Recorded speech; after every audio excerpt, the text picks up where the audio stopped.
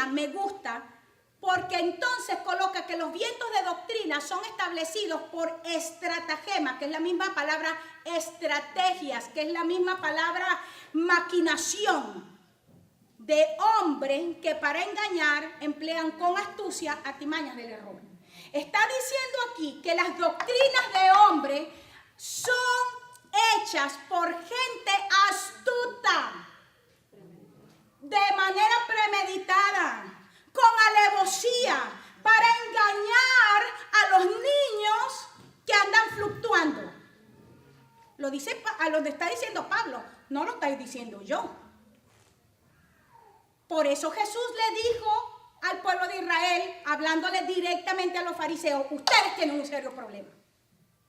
Han invalidado la palabra, la gracia, póngale ahí lo que usted quiera en ese sentido, de lo verdadero. ¿Por qué? Lo invalidaron con tradiciones de hombre. La cantidad de doctrinas que llenaron, invalidaron el poder de la palabra de Dios. ¡Ay, no puede ser! La palabra de Dios permanece para siempre. Y entonces, ¿por qué el Señor le dijo que la invalidó? ¿Y qué cambió de allá a aquí? Hermanos, en este momento nosotros tenemos tanta doctrina como antes. Nosotros tenemos el mismo problema en este momento del mesianismo metido dentro de la iglesia que son las doctrinas judaizantes, igualitas a las que Pablo tuvo que enfrentar. Tenemos el mismo problema de gnosticismo, tenemos problemas de nueva era, tenemos problemas de filosofía moderna, humanismo, todo lo que usted quiera. Estamos en lo mismo y el Señor estableció una dinámica en la eclesía que es que nosotros podamos llegar a ser edificados a un nivel que se llama madurez.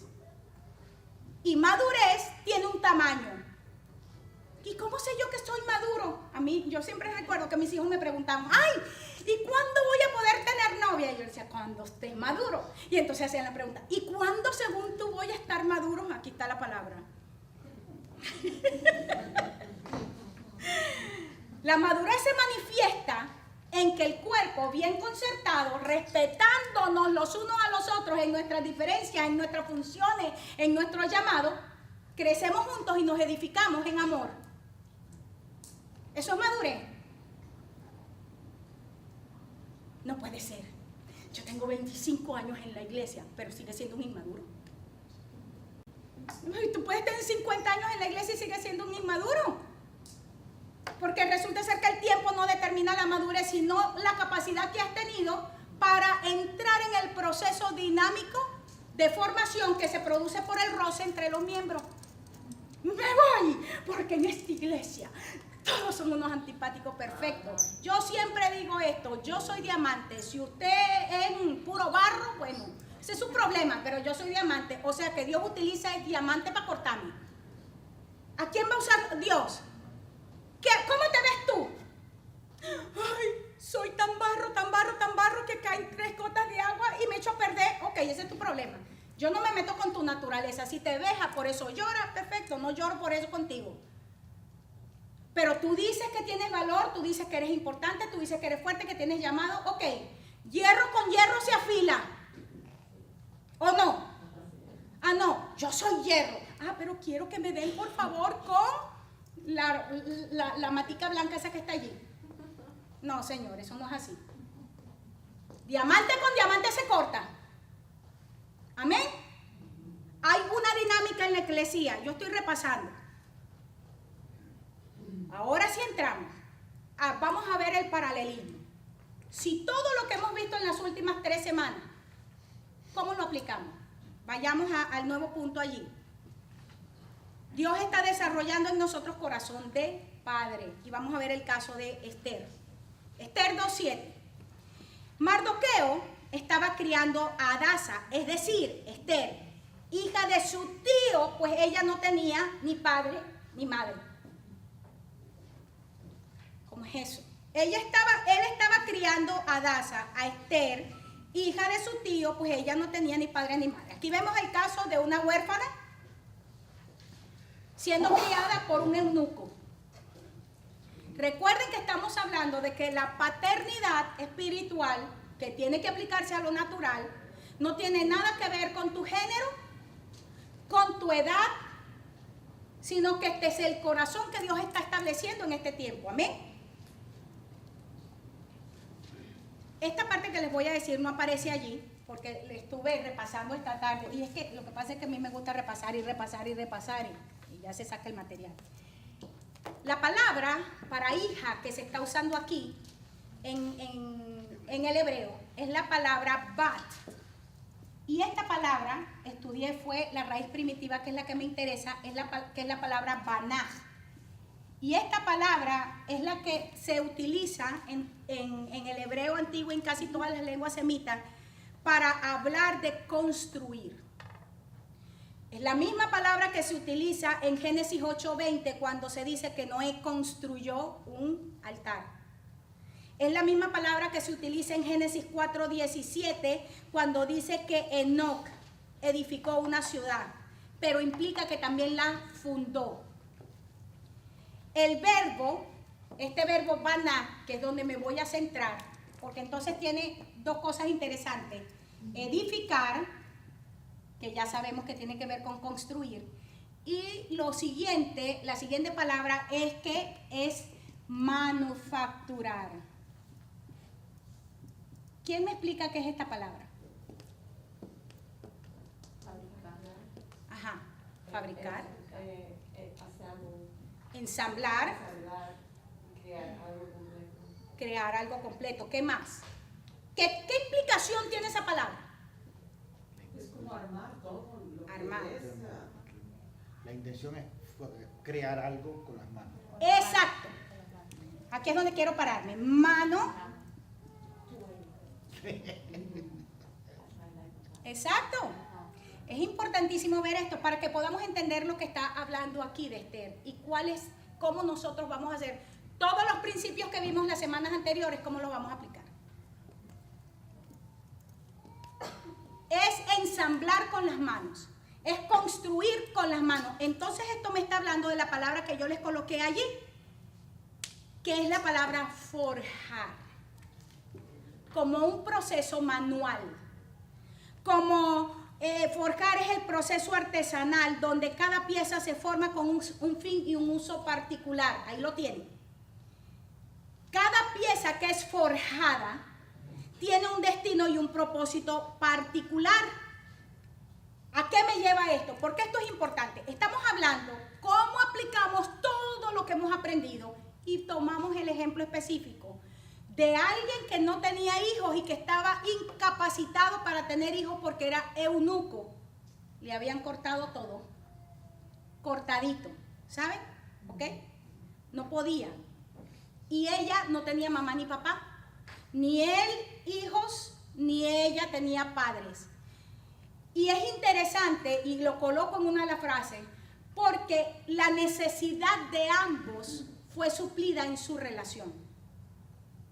Una de las cosas que nosotros necesitamos entender con respecto a la paternidad espiritual es que la función, lo que Dios está haciendo en este tiempo es que en el cumplimiento de mi destino profético como padre espiritual es llevarlos a ustedes al cumplimiento del que ustedes tienen como hijos espirituales.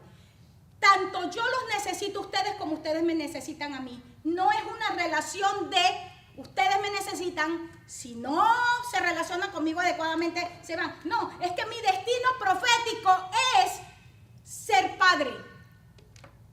Y ustedes tienen un destino al cual llegar, donde necesitan padres espirituales. Nos necesitamos el uno al otro. Mardoqueo no tenía descendencia, pero Esther, o en ese momento Hadasa, no tenía padre.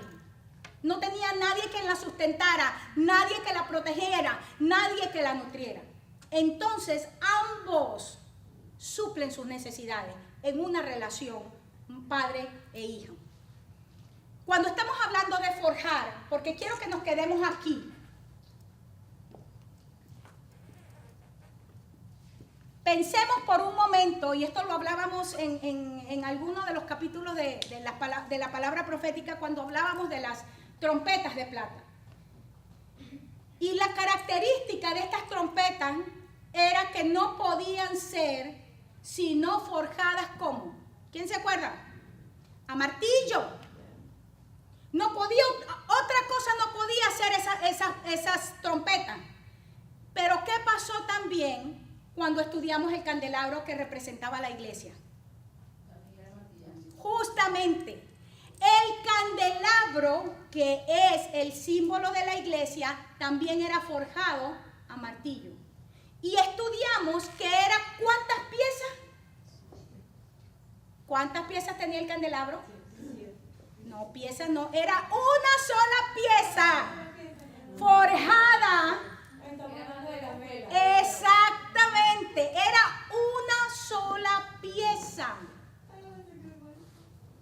Porque no era que el candelabro venían y entonces, ¿cómo es que se dice welding? No era soldado, todo era una sola pieza. Por eso era que el candelabro era único. Estamos hablando de lo mismo y el candelabro, vimos toda una serie que representa a la iglesia. Cada uno de nosotros somos esa luz, ese candelero que se pone en la cima, que no se esconde debajo para que alumbre a toda la ciudad. Quería decir algo. Ese proceso que estás describiendo se llama forjar. Forjar, aquí lo tengo. Al hablar de identidad, de propósito, porque si estamos forjando algo y cada pieza es única, estamos hablando de propósito, de individualidad, de singularidad, de eso que Dios puso en cada uno de nosotros, de destino. Tenemos entonces que remitirnos al principio, donde Dios determinó ya todo para su pueblo. Nuestro destino en Dios, y esto es algo que es importantísimo, determina es un lugar de llegada.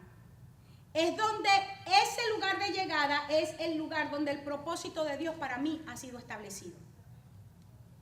Una vez alguien nos preguntó en una consejería y nos decía, ¿cómo yo sé quién es la persona con la cual yo me tengo que casar? ¿Quién es esa persona especial que Dios tiene para mí? Y una de las respuestas que nosotros, ahora esa es una de las preguntas más comunes que hay, que le dábamos era, tiene que ver con esa persona que está diseñada para ayudarte a caminar en tu destino en Dios.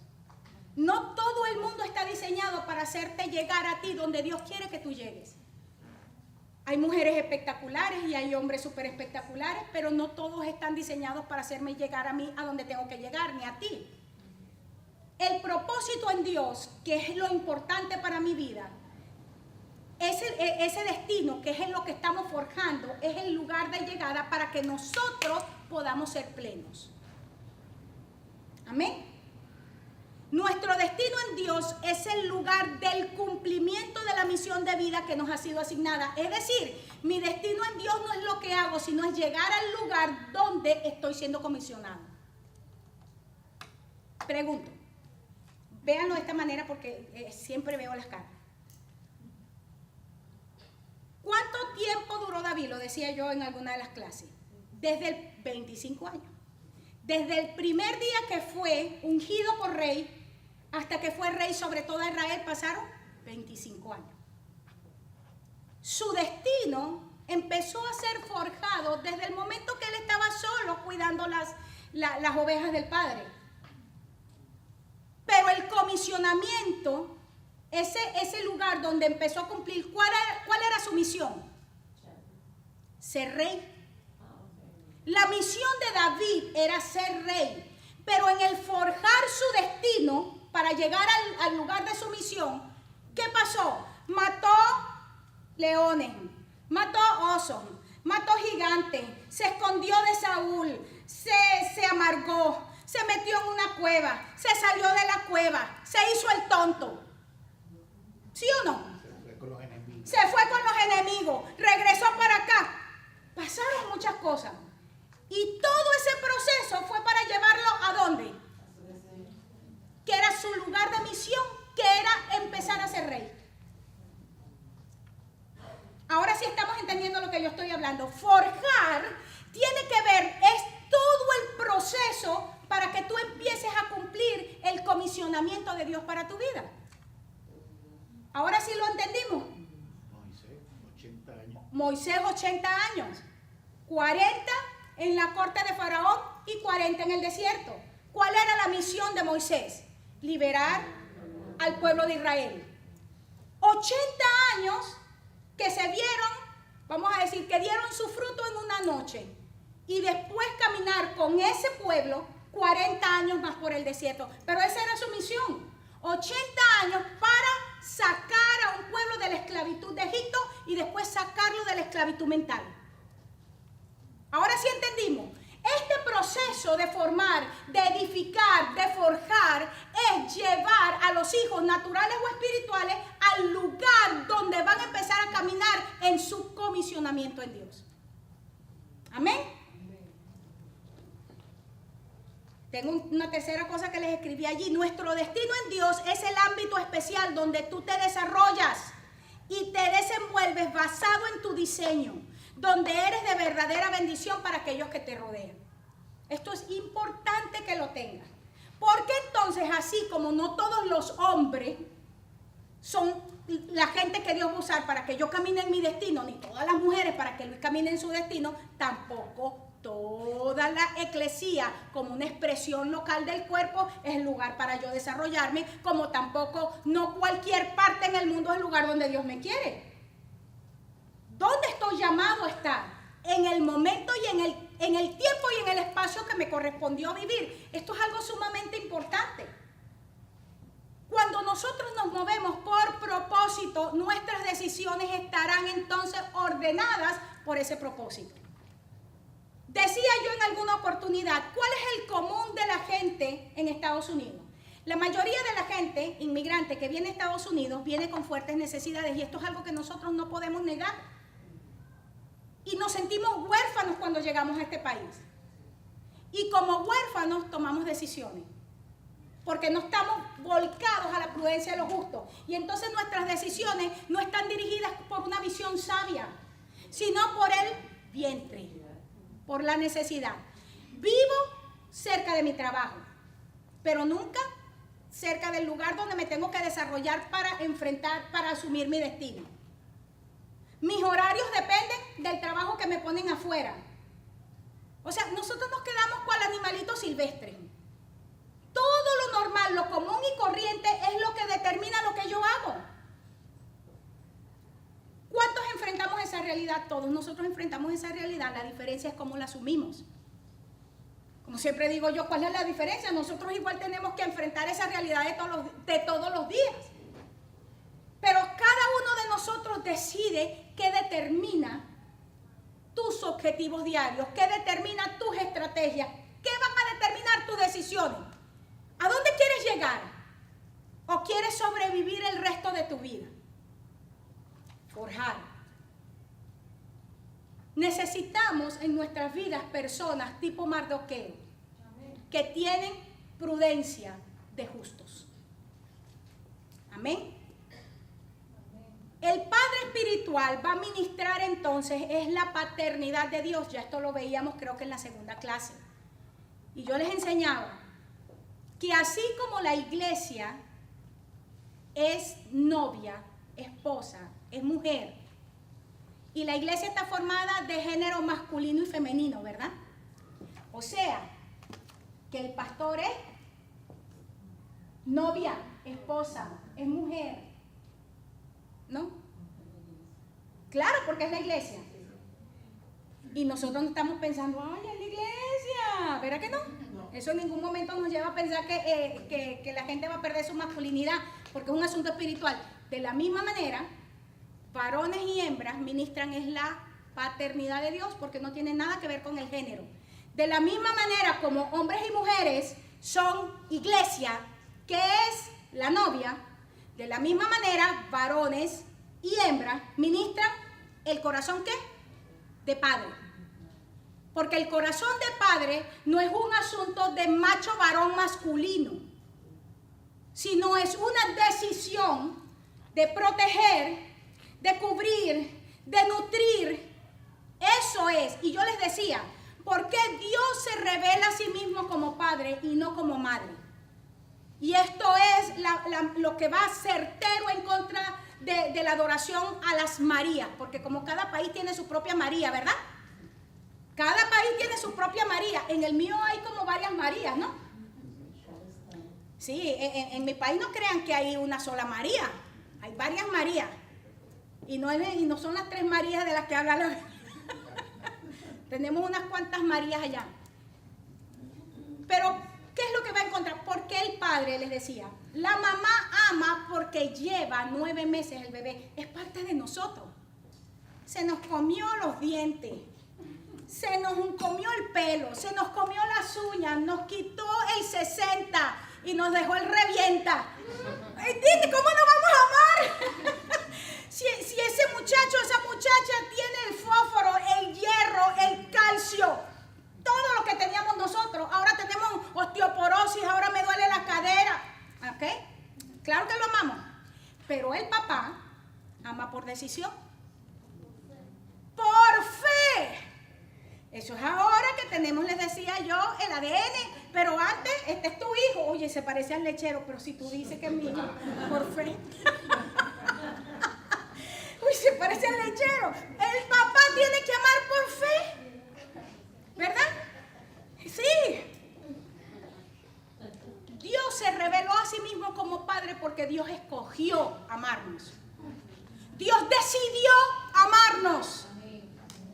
¿Éramos hijos del diablo o no? ¿Qué le dijo Cristo a la gente? ¿Ustedes son de quién? De vuestro padre. Ustedes son unos hijos del diablo. Hijo del diablo.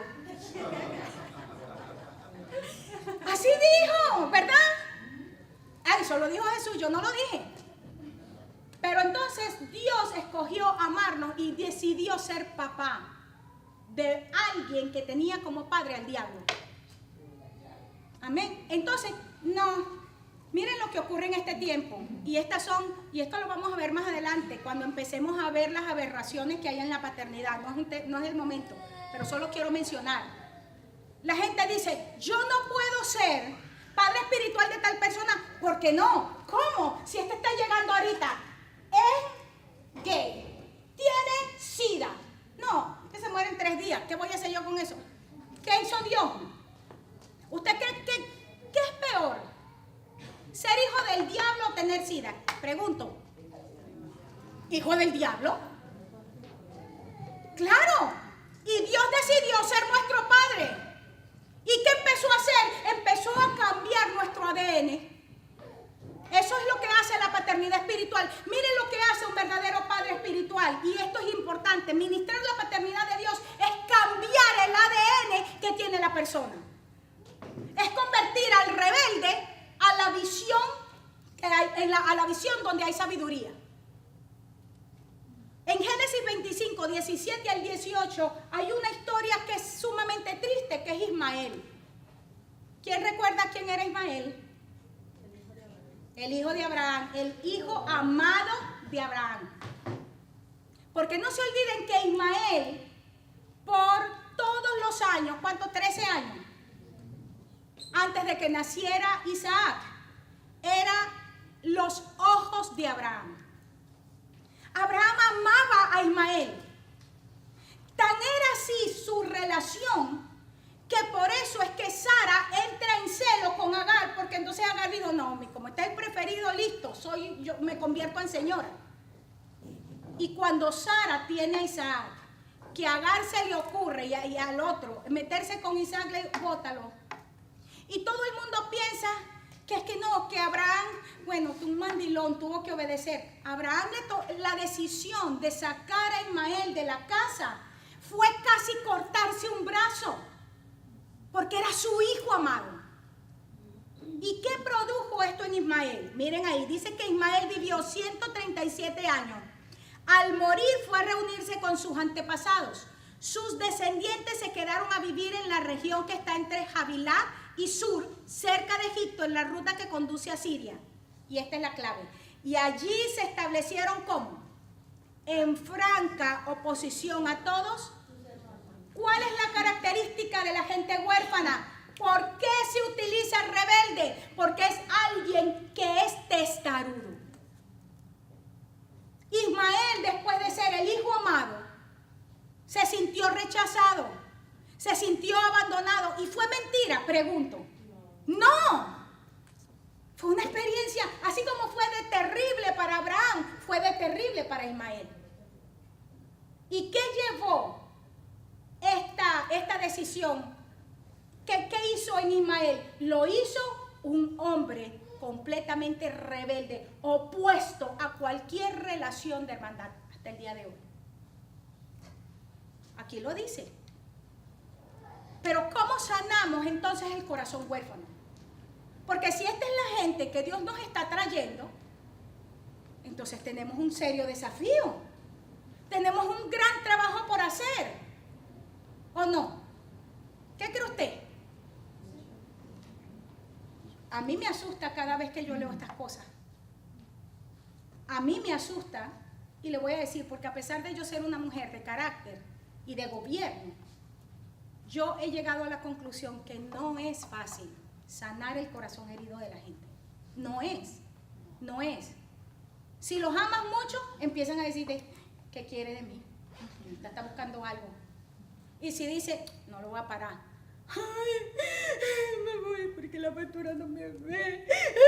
Y se ponen horribles, llorando. No haya bien segundo cómo comportarse. Y no es fácil.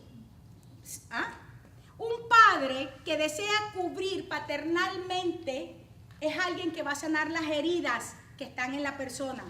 Sana el espíritu huérfano que ha permeado nuestra cultura. Les puse allí algunas cosas que saqué de características de los huérfanos. El espíritu de orfandad, pueden leerlo, te hace sentir como una persona que no tiene un lugar estable ni seguro en el corazón del Padre. Carece del espacio necesario para la afirmación, la protección, la comodidad, la pertenencia o el afecto. Estos son estudios hechos.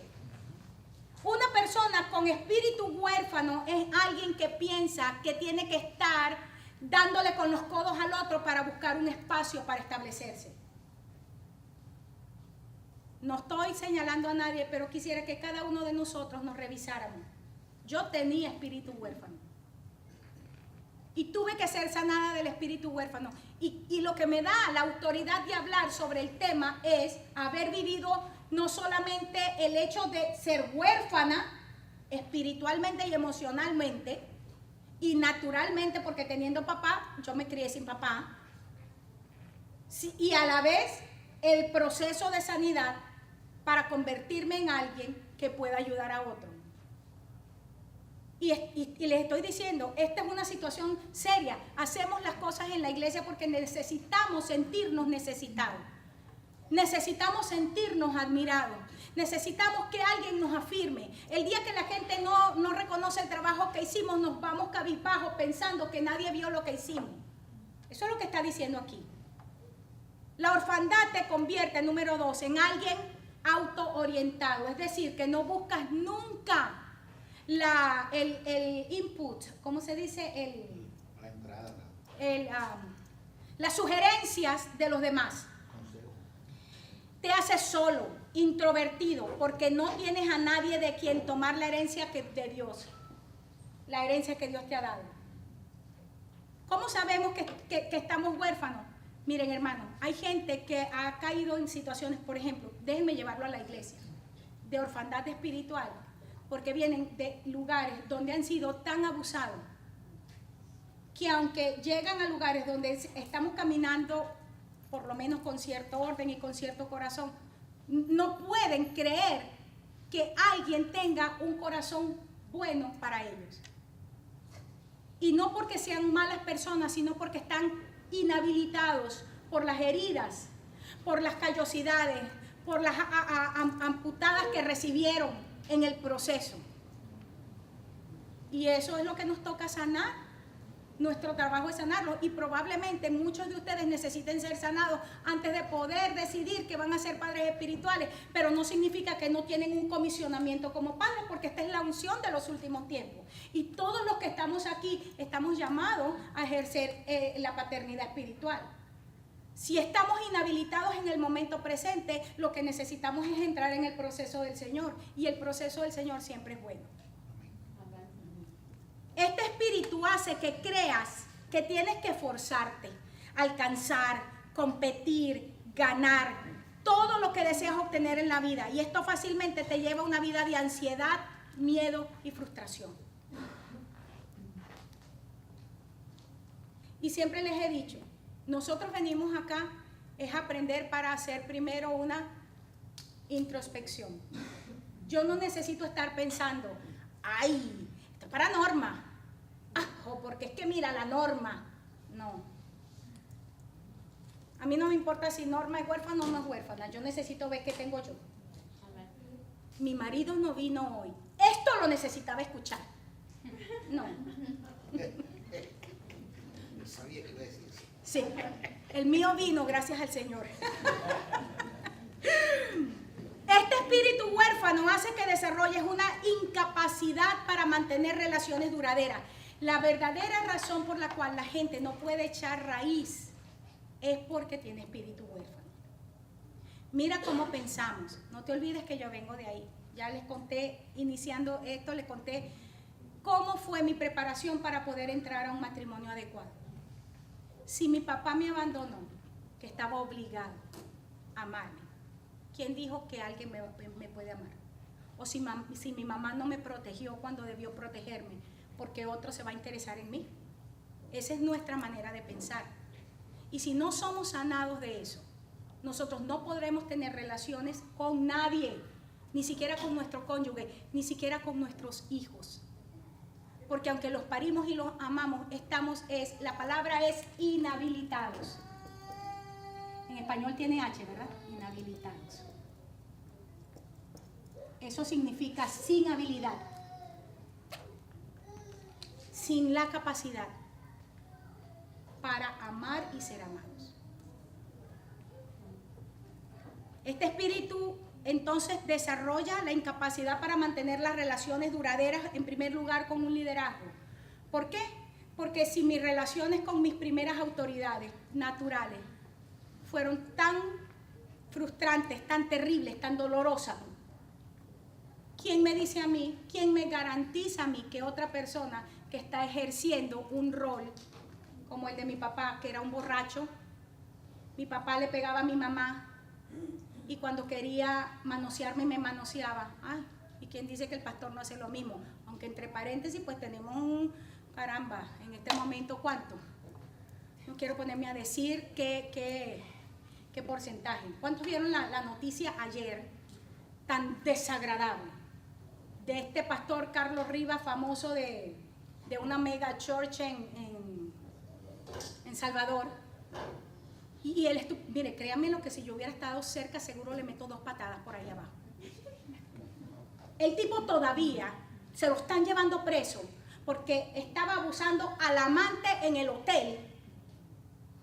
Y lo que se pone con su cara, igualita a la cara que usan para predicar y para quitarle la lana a la gente, como dicen mis hermanos mexicanos. El evangelio jamás sufrirá pérdida, algo así. Porque el evangelio de Jesucristo, yo dije, es que no hay nadie ahí que le meta 2 patadas por allá. ¿Ah? Es que el tipo es un engendro del diablo. Pero el problema es que ese modelo lo tenemos metido en las iglesias. Y a la gente le gusta. A la gente le encanta ese liderazgo. Ya empecé a agarrar calor que no debo. Con los demás, no puedes tener una relación primero con el liderazgo, porque si la gente que fue líder en mi vida hizo todo esto, ninguno, no hay nadie que sea verdadero.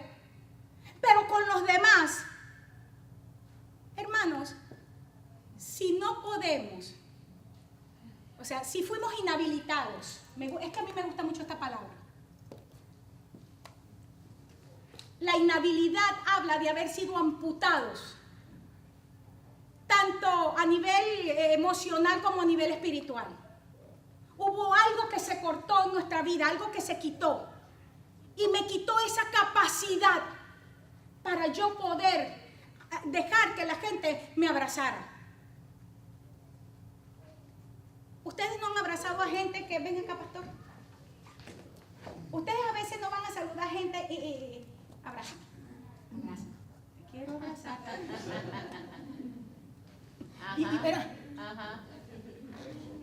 Y se ponen así como que tienen una cabilla aquí adentro. Una piedra, una Y cuando te dan la mano,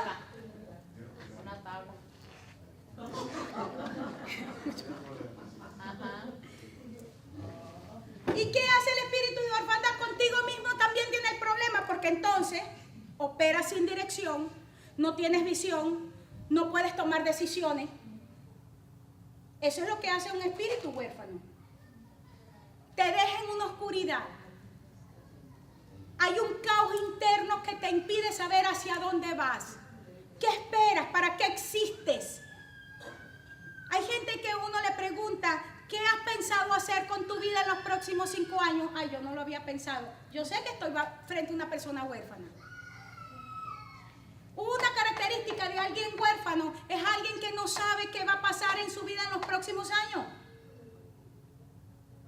Miren, todos nosotros llegamos a este país.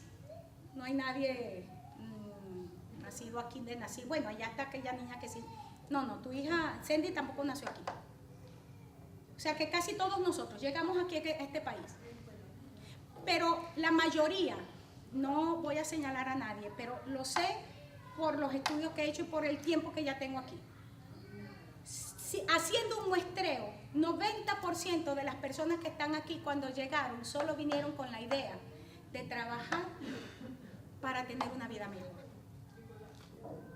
Si acaso el 10% vino con la visión de hay un propósito de Dios que tengo que cumplir en este lugar, en esta nación. Y sea cual sea la situación que tenga que enfrentar, mi destino es este, lo otro es secundario. ¿Estoy diciéndole que son malos? No. Estoy diciendo que la mayoría de nosotros que vino aquí a este país, vino con un espíritu huérfano, vino buscando algo que no encontró. Es tiempo, y si algunos siguen con ese espíritu, necesita sanar eso. Porque nosotros nos movemos por propósito, nosotros caminamos por destino. Nosotros caminamos mirando exactamente ese lugar donde voy a ser pleno, que es mi lugar de misión. ¿Qué hora es? Ay, ya son las 9, ya se me acabó. Justo venía al punto donde quería llegar, lo que estudié toda la tarde. Jesús dijo en Juan 14:18, no los voy a dejar huérfanos, volveré a ustedes. Denme 5 minutos, termino la clase en 5 minutos y esto lo retomo la semana que viene. La palabra huérfanos que se está usando aquí en el griego es no solamente sin padre, sino también la palabra afligidos.